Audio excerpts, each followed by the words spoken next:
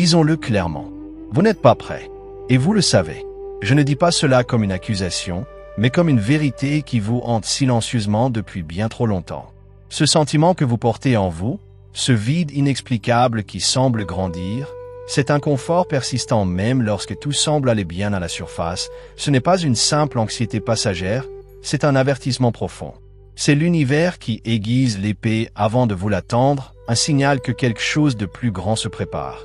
Mais que vous n'êtes pas encore aligné pour le recevoir. Point, vous êtes-vous déjà demandé pourquoi? Juste avant qu'un événement important ne survienne dans votre vie, tout semble s'effondrer de manière presque orchestrée.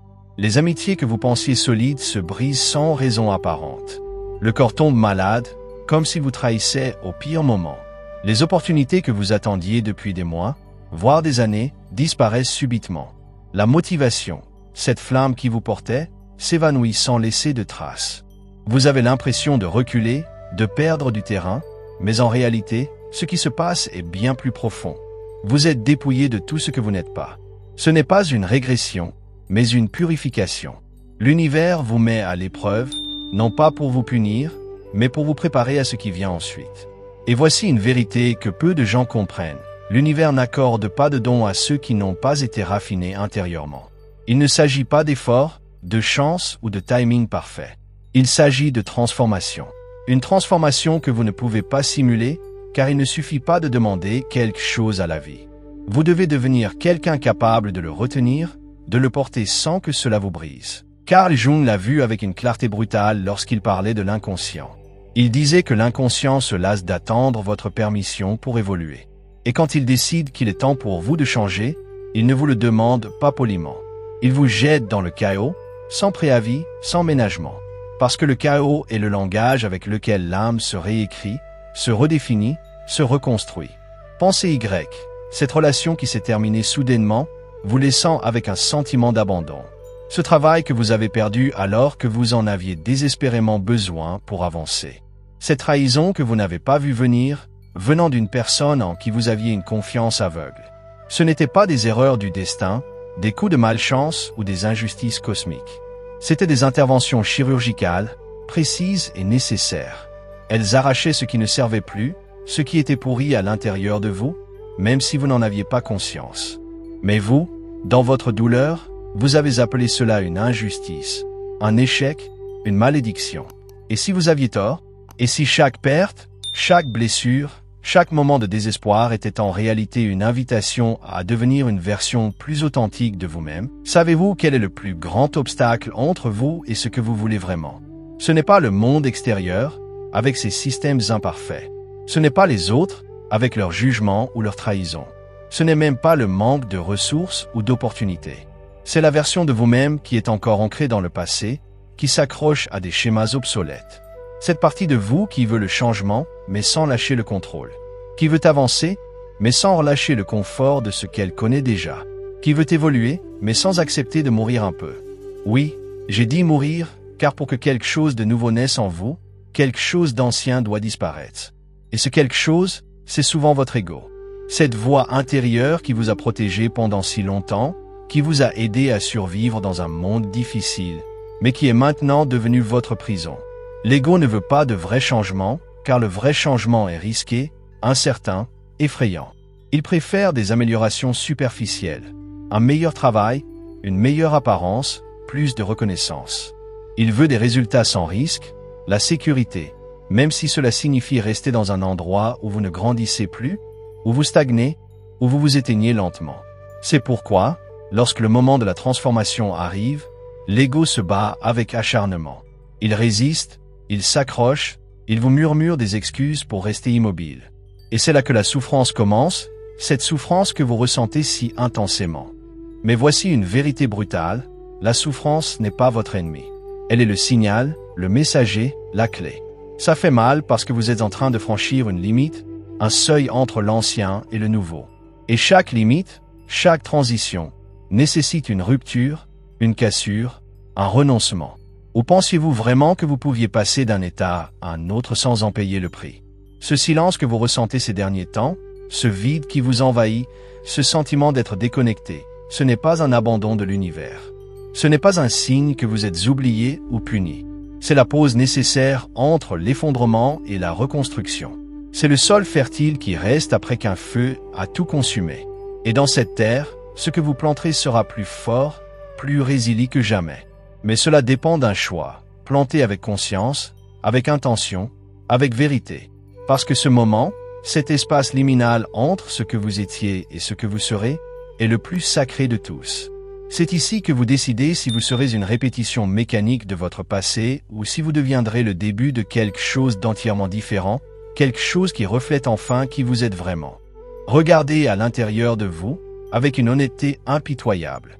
Quel schéma répétez-vous encore, année après année, sans même vous en rendre compte? Peut-être que vous tombez toujours dans les mêmes relations toxiques ou que vous sabotez vos propres projets dès qu'ils commencent à prendre forme. Quelle peur nourrissez-vous encore, même si vous savez qu'elle vous limite? La peur de l'échec, du rejet, de l'inconnu? À quel contrôle refusez-vous de renoncer, préférant tout planifier plutôt que de faire confiance à la vie? Ce sont les questions que l'univers vous pose lorsqu'il vous prépare à quelque chose de grand, à un changement qui pourrait transformer votre existence. Et si vous n'y répondez pas avec vérité, avec courage, ce que vous désirez ne viendra pas. Non pas parce que vous ne le méritez pas, mais parce que vous ne seriez pas capable de le supporter sans vous effondrer sous son poids. La vie ne vous donne pas ce que vous demandez. Elle vous donne ce que vous incarnez, ce que vous vibrez, ce que vous êtes devenu à l'intérieur. Et incarner quelque chose de nouveau signifie avoir affronté tout ce qui vous empêchait de l'être. C'est pourquoi les épreuves que vous traversez ne sont pas des punitions, mais des entraînements, des initiations. Chaque personne qui vous a déçu, un ami, un partenaire, un collègue, était une invitation à apprendre à poser des limites saines, à dire non, à vous respecter. Chaque échec, qu'il s'agisse d'un projet professionnel ou d'un rêve personnel, était une opportunité de choisir à nouveau, mais cette fois avec plus de sagesse, avec une perspective plus claire. Chaque perte d'une relation, d'un emploi, d'un sentiment de sécurité était un rappel que rien d'extérieur n'est permanent, que tout est éphémère, et que la seule chose qui compte vraiment est ce que vous construisez à l'intérieur de vous, dans votre cœur, dans votre esprit, dans votre âme. Et pendant que vous pensiez que l'univers vous ignorait, qu'il vous abandonnait à votre sort, il vous observait en réalité, attentivement. Il observait si vous choisissiez à partir de la blessure ou de la conscience, de la peur ou de la vérité, de la colère ou de la paix. C'est cela, la vraie épreuve. Ce n'est pas ce que vous faites quand tout va bien, quand la vie vous sourit et que tout semble facile. C'est comment vous réagissez quand tout semble être contre vous, quand le sol s'effondre sous vos pieds. C'est dans ces moments que votre essence, votre vérité profonde, est révélée. Et cette essence, si elle est authentique, si elle est alignée, ouvrira des portes que vous n'auriez jamais imaginées possibles, des portes que vous ne saviez même pas qu'elles existaient. Parce que l'univers ne récompense pas les plus intelligents, les plus forts ou les plus gentils. Il ne s'agit pas d'un concours de performance ou de moralité. L'univers récompense celui qui est cohérent, celui qui vit selon sa vérité, même quand personne ne regarde, surtout quand personne ne regarde. Et savez-vous pourquoi? Parce que la vraie transformation, celle qui change une vie, est silencieuse. Elle n'a pas besoin d'applaudissements, de likes sur les réseaux sociaux, de validation externe. Elle se déroule dans l'obscurité, dans la solitude, dans le renoncement à ce que vous pensiez être. Et quand elle émerge, elle n'a plus besoin de convaincre personne. Elle est simplement, avec une force tranquille, une présence indéniable. Donc, si vous êtes dans un moment où rien n'a de sens, où tout semble en pause, où le chemin est jonché d'obstacles plus grands que vous, ne courez pas. N'essayez pas d'échapper à l'inconfort. Ne le mal interprétez pas comme un signe d'échec. Regardez au-delà de la surface, car vous pourriez être au centre même du changement que vous avez demandé, mais vous n'avez pas encore prouvé que vous êtes prêt à le contenir, à l'incarner pleinement. Et voici le défi que l'univers vous lance. Comment réagissez-vous quand l'univers se tait, quand il n'y a plus de signes clairs pour vous guider? Comment avancez-vous quand il n'y a pas de réponse évidente, pas de validations extérieures, pas d'applaudissements pour vous encourager? Que choisissez-vous quand personne ne regarde, quand il n'y a que vous et votre vérité? Le monde est rempli de gens qui veulent changer leur vie, qui rêvent d'une existence plus grande, plus alignée, plus épanouissante. Mais peu, très peu, sont prêts à se changer eux-mêmes. Ils veulent le nouveau chapitre, mais ils refusent de fermer l'ancien. Ils veulent l'extraordinaire, mais ils résistent à laisser partir le familier, le confortable, le connu. Ce n'est pas ainsi que cela fonctionne. L'alchimie du vrai changement commence lorsque vous arrêtez de chercher à l'extérieur ce que vous ne pouvez construire qu'à l'intérieur, dans les profondeurs de votre être. Lorsque vous décidez que votre paix intérieure, votre alignement, vaut plus que n'importe quelle récompense externe, plus que l'approbation des autres ou les succès matériels. Lorsque vous comprenez que ce qui vous arrive n'est pas personnel, mais universel. Nous passons tous par cette forge, ce creuset de transformation. Mais seuls certains fuient avant d'avoir traversé le feu, avant d'avoir laissé le processus s'accomplir. Avez-vous le courage de rester dans le feu, de permettre à l'ego de s'effondrer, de se dissoudre, pour qu'un soit plus authentique, plus profond, plus vrai puisse émerger? Parce que si vous le faites, l'univers le remarquera. Il verra que vous êtes prêt, que vous avez passé l'épreuve. Et alors, vous n'aurez plus à courir après le changement, à le supplier ou à le forcer. Le changement viendra à vous comme une conséquence inévitable de la personne que vous êtes devenue, de l'énergie que vous incarnez. Et voici le paradoxe final, celui qui surprend toujours. Quand vous n'avez plus besoin que le changement vienne, quand vous êtes en paix avec vous-même et avec le processus, c'est précisément là qu'il vient. Parce que vous êtes devenu le genre d'humain qui ne dépend plus du résultat, mais qui vibre avec le processus, avec le voyage, avec l'acte même de grandir et d'évoluer. Et ça, mon ami, c'est ce que l'univers attendait depuis le début. Il attendait que vous cessiez de mendier et que vous commenciez à incarner. Maintenant, vous savez que vous n'êtes pas puni, vous êtes préparé. Êtes-vous prêt à passer le test? Êtes-vous prêt à regarder en face ce qui doit être transformé, à lâcher ce qui doit être lâché, à devenir celui ou celle que vous êtes destiné à être? Parce que l'univers ne vous laissera pas stagner éternellement. Il continuera à vous pousser, à vous défier, jusqu'à ce que vous répondiez à l'appel. Et maintenant que vous êtes arrivé si loin, plongeons plus profondément dans une distinction cruciale que peu osent explorer. La différence entre être testé et être révélé. Parce que oui, c'est une chose d'être poussé par la vie à travers des épreuves, des moments de rupture, des tempêtes intérieures. Mais c'est une toute autre chose de découvrir ce que ces épreuves révèlent de vous, de votre vérité, de vos ombres. Parce que lorsque l'univers vous secoue, il ne vous transforme pas de l'extérieur, comme par magie. Il rend visible ce que vous étiez déjà, mais que vous n'aviez pas encore eu le courage ou la clarté d'affronter. C'est là que la plupart des gens se perdent. Ils pensent qu'ils sont détruits, brisés, anéantis par les défis qu'ils traversent. Mais en réalité, ils ne sont pas détruits, ils sont révélés.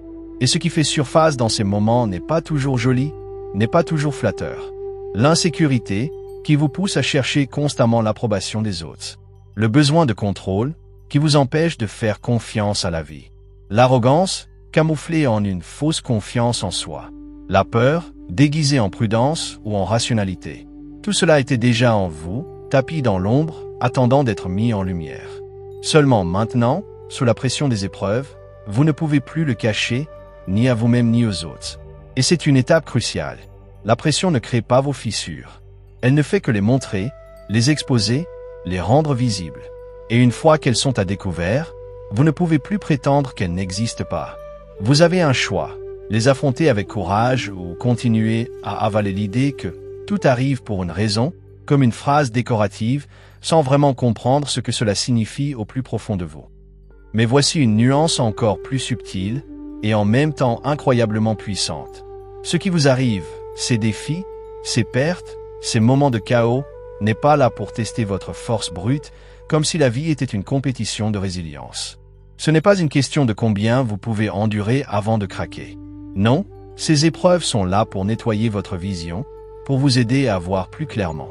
Vous n'avez pas besoin d'être plus fort, d'encaisser davantage.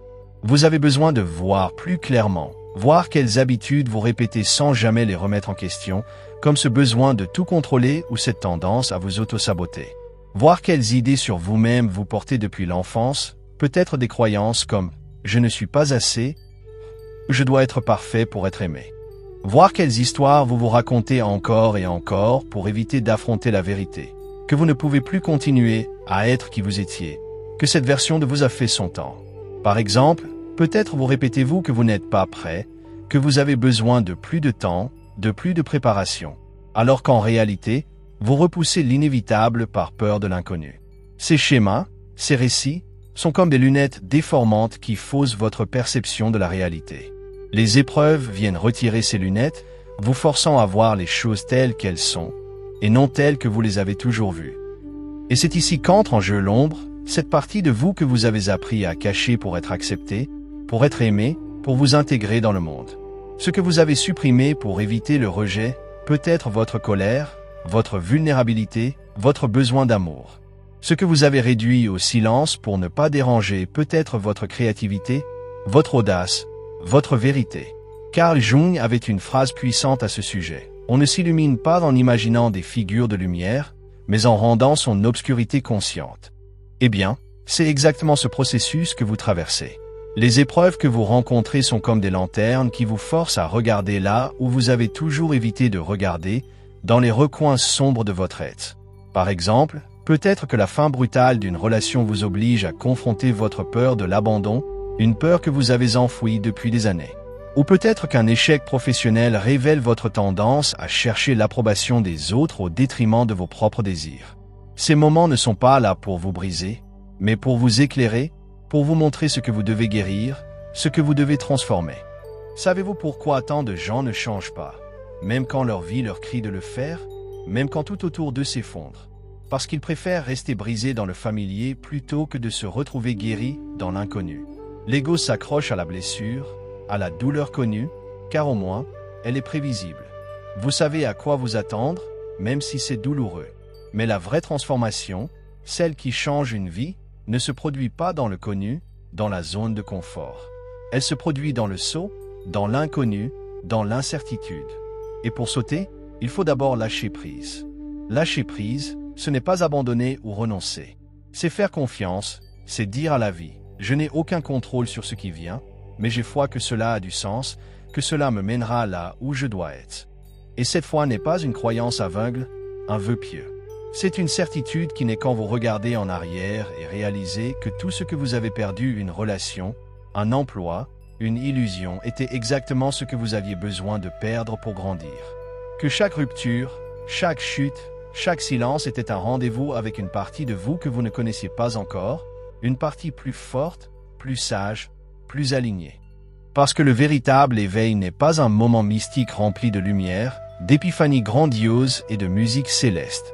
Parfois, l'éveil, c'est un mercredi après-midi où vous vous retrouvez à pleurer dans votre voiture, réalisant soudain que vous ne pouvez plus continuer à vivre comme si rien ne se passait en vous, comme si tout allait bien alors que tout hurle à l'intérieur. C'est un moment brut, honnête, sans filtre. C'est brutal, c'est cru, mais c'est réel. Et le réel est la seule chose qui peut véritablement vous transformer. Tout le reste, les affirmations positives superficielles, les rituels spirituels sans profondeur n'est qu'un divertissement spirituel, une distraction. Mais l'univers n'est pas là pour vous divertir, pour vous bercer d'illusions. Il est là pour vous éveiller, pour vous montrer maintes et maintes fois que ce que vous cherchez, la paix, l'abondance, la liberté est déjà à l'intérieur de vous, mais couvert par des couches de peur, d'orgueil, de désir de contrôle et d'autotromperie. Voulez-vous manifester une nouvelle réalité, créer une vie qui vous ressemble vraiment? Parfait. Mais soyez clair sur une chose, le prix à payer est votre version actuelle. Vous ne pouvez pas la transporter avec vous dans cette nouvelle réalité. Non pas parce qu'elle est mauvaise ou indigne, mais parce qu'elle est incomplète. Parce qu'elle a été construite à partir de la survie, des mécanismes de défense, des compromis, et non à partir de la vérité, de votre essence profonde.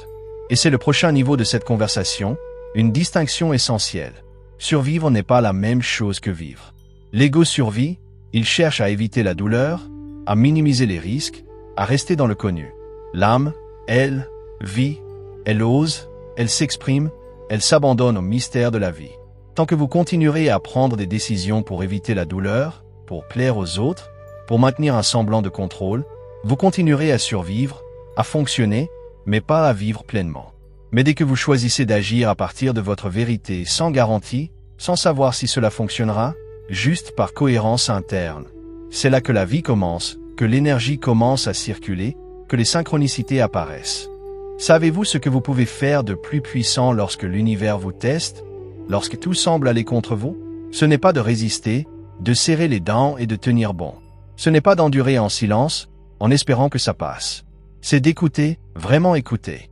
Parce que chaque test, chaque épreuve, apporte un message. Mais ce message n'est pas écrit à l'encre, il n'est pas clair comme une lettre. Il est encodé dans ce qui vous fait mal, dans ce qui vous dérange, dans ce qui vous met face à vos peurs. Ce qui vous blesse le plus est souvent ce que vous avez le plus besoin de revoir, de transformer. Ce qui vous fait le plus peur peut être parler en public, quitter un travail toxique ou exprimer vos vrais sentiments est précisément ce que vous devez affronter pour grandir. La douleur n'est pas le problème. Le problème, c'est de ne pas savoir la lire, de ne pas savoir l'interpréter. Et tant que vous continuerez à voir les difficultés comme des injustices, comme des attaques personnelles, au lieu de les voir comme des messages, comme des cadeaux déguisés, vous continuerez à manquer ce qu'elles apportent, une opportunité de croissance, une chance de vous rapprocher de votre vérité. Vous n'êtes pas puni. Vous êtes appelé à vous souvenir de qui vous êtes sous tous les masques que vous portez, sous toutes les couches que la société, l'éducation, les blessures ont posées sur vous. L'univers ne veut pas que vous soyez fort au sens classique du terme, celui qui encaisse sans broncher. Il veut que vous soyez honnête avec vous-même, avec vos désirs, avec vos peurs. Parce que de l'honnêteté naît le vrai pouvoir, un pouvoir qui n'a pas besoin de s'imposer, de se prouver, car il rayonne simplement, naturellement. Et c'est l'essence même du vrai changement. Il ne s'agit pas d'imposer une nouvelle version de vous-même, de vous forcer à être quelqu'un d'autre. Il s'agit de permettre à celle qui a toujours été là, cachée sous tout ce qu'on vous a appris à être, sous toutes les attentes et les conditionnements, d'émerger enfin, libre et authentique. Êtes-vous prêt à le permettre? Êtes-vous prêt à faire de la place pour cette version de vous, même si cela signifie lâcher prise sur ce que vous connaissez, sur ce qui vous rassure? Parce que cela, et seulement cela, détermine si vous êtes prêt à recevoir ce que vous avez demandé, ce que vous avez peut-être prié pour rêver ou visualiser. Et rappelez-vous ceci, vous n'êtes pas ce que vous traversez, les défis, les pertes, les moments de doute. Vous êtes la façon dont vous choisissez de répondre à tout cela. Et quand cette réponse vient de votre vérité et non de votre peur,